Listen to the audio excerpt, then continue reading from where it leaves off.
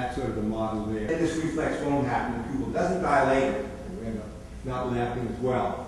So, anyway, some more cartoons. We came out last year with the complete cartoons of the New Yorker, all 68,617. Now we've come out with a paperback version with a DVD, all 70,000. There's the offer stands. There's $10 for anyone who can find one we missed, and 20 if you just showed up. Really, don't be a pain in the ass. Give me a call, I'll take care of it. But here's a range, once again, of cartoons in the magazine. Instead of "it sucks," could you say "it doesn't speak to me"?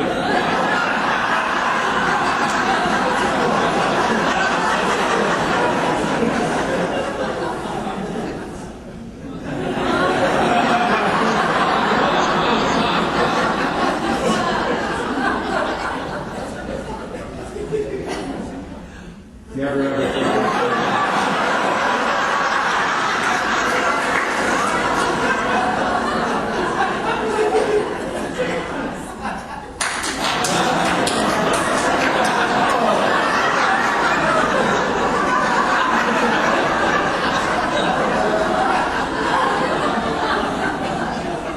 An interesting thing to look at this cartoon also, Danny draws a little bit different. This is from 1989, but how simply it's drawn, even badly drawn in a way, and in a way how much funnier it is because of that.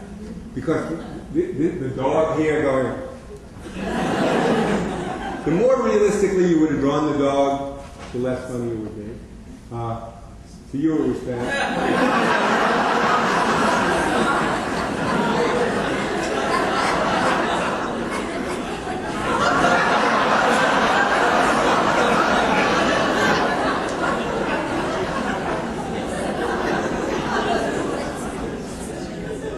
First they do an online search.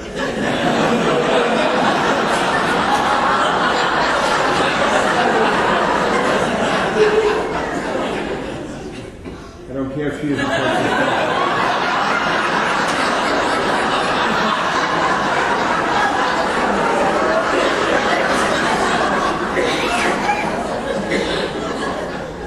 A billion is 1,000 million. Well, not bad. The light comes on, I press the bar, they write me a check. How about you? Oh, sorry. Would it be possible to speak with the personality that pays the bill? Oh, sorry. Saw that one. Okay, one of the things I want to contrast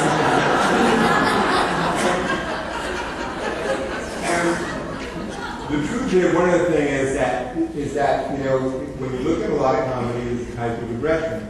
And in general, people have said, gee, the cartoons about the New Yorker are more aggressive than they used to be. And they are. We live in actually a more aggressive, sort of hostile, edgier culture. And so these, I'm going to show you some cartoons that are sort of representative of cartoons that we do now, like this one. You'll be awake during the entire procedure.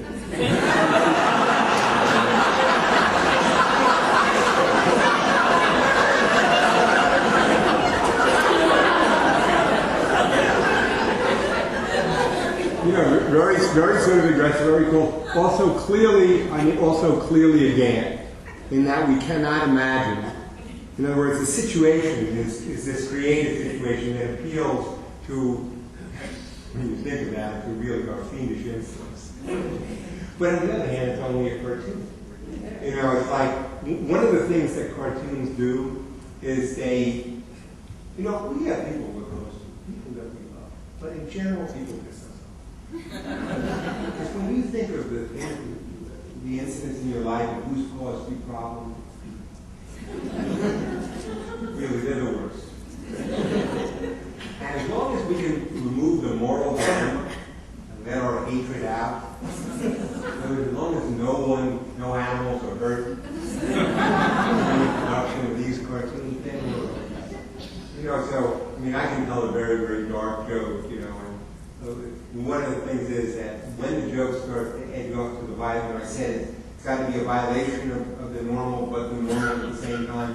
So being rude and polite, that's okay. You know, but if I say, you know, I want to die peacefully in my sleep like my grandfather, not screaming at the top of his lungs like his passengers.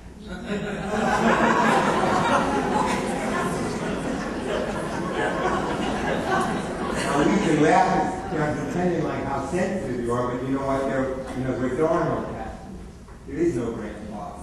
The distance there is just a fiction, this made-up thing. That, as I said, lets us get away with the moral dilemma of actually awakening people ill who exist. Careful, these plates are extremely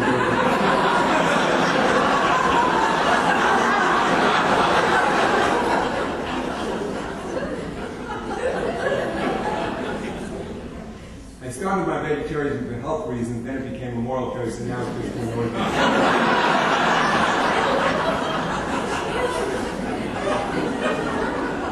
Now these cartoons are very funny, but they really do come out of, and a lot of the people who do them, out of sort of sitcom culture, where the person within the frame of the cartoon is saying the joke. And the conceit of the sitcom is that everybody's comedian. They say funny things. And the type of humor we appreciate very much is the type of humor we grow up with. So if we grow up with sitcoms, it's one thing. If we grow up with the Marx Brothers, we think like that. The type of, a lot of what we find funny is like the music you made out to. Because one of the things is humor and how we respond and how much we laugh is what psychologists call longitudinal. It's very much related to where you are in life. 5-year-olds, 6-year-olds, they're laughing all the time. Teenage girls, by the time my mom, who lived to be very old, I would come and visit her in Queens, and I'd say something, and she said, that's not funny. And for my mother, at a certain point, nothing was funny. So when you're laughing the most is actually during your adolescence and your 20s. That's just the truth of it. And you look back and you say, those were the things that were really funny. May or may not be true, but those were the times that you were most primed to laugh. And so when my personal opinion about, I remember growing up in the 50s and stuff and watching I Love Lucy and thinking, and laughing and laughing and laughing. I Love Lucy is not that great. It really isn't. It's a pretty ordinary show. The jokes are sort of funky and primitive. Honeymoon is the same thing. But we have this tremendous affection because that's when what Sid Caesar, show a show, so slow. Really honestly, look at the stuff. I'm just saying if you're really honest and doing that. But the way we remember it is differently. It's like people say about the New Yorker cartoon. They say, they're not as funny as they were. They never were. So, for example, here's a cartoon from 1947. For goodness sake, why did they tell us to do that? Now, very funny thing. What's different is that she is not making a joke. So, the doctor is making a joke, the woman about vegetarianism, she's making a joke, not making a joke. Harold, you promised. It's not a gag. This is sort of like an observational thing. He said he wouldn't slam, and he's throwing it that way. And one of the things is, in many ways, they don't even seem like jokes to us anymore, because you really have to get used to stuff like this. It's a much warmer, it's a much more realistic humor. And when I'm looking at cartoons and I'm judging them, you could easily just pick the gag, but I don't want to pick just the gags. I want to pick these things too, because to some extent, the New Yorker, it has a lot of credibility. It's an aspirational magazine. When you look at the cartoons in New York, you say, well, they picked them for some reason. You might even look at them. Give them a chance.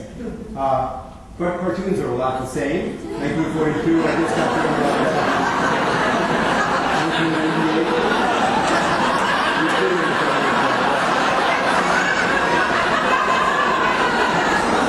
So that's pretty much the same cartoon, right? Okay.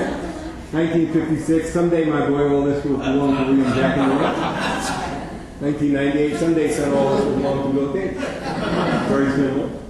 Okay, this is the meeting. Now this is very Freudian. What do we pick and what do we don't pick? Now every time the cartoons come across,